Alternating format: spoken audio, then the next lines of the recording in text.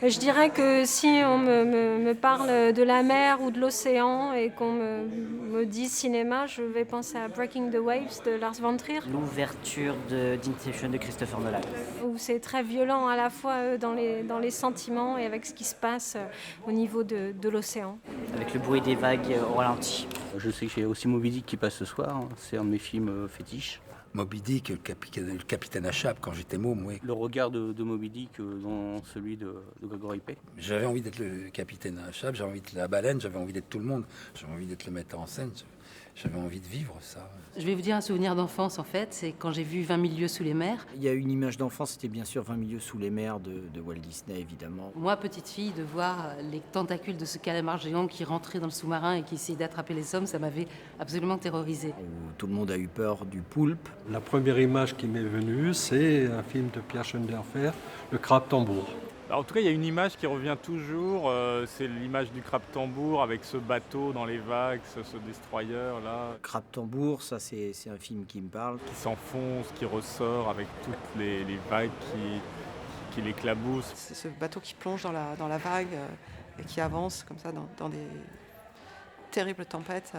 Ça représente bien ce tout petit élément flottant dans cette immensité et qui pourtant arrive à survivre. Ouragan sur le Cane. C'est un film d'Edward Dmytryk, je crois, avec Humphrey Bogart. C'est un film de Fellini, mais alors je ne sais plus le titre, c'est Eviva quelque chose. Et il y a des scènes de mer qui sont incroyables et qui sont des scènes de studio. Ça se voit tout de suite. On imagine les seaux d'eau balancés sur les comédiens, etc. On voit la mer qui est, en fin de compte, c'est une toile peinte qui bouge par des ventilateurs. Théo Angelopoulos et Voyage sur Terre. Les aventuriers de José Giovanni. Un radeau au milieu de la mer et qui se trouve nulle part. J'étais bercée par les images de Cousteau. Quand j'étais petit, j'avais vu beaucoup de fois un documentaire, ça s'appelait La planète bleue.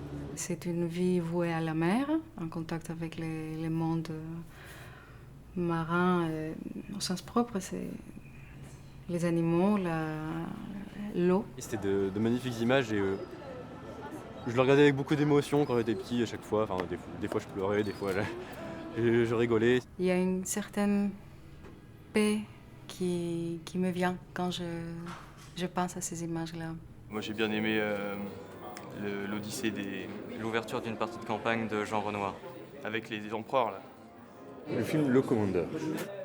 Ouais, j'en sais, avec des petits pingouins, voilà. Lorsque le requin dans les dents de la mer a la bouteille d'oxygène et qu'on lui tire dessus pour qu'il explose. Bonne question, vous auriez dû me la poser avant, j'aurais réfléchi un peu. Voilà, la marche de l'empereur, ouais, ça c'était bien, c'était sympa. Dans 10 minutes, je vais revenir vous dire, bah oui.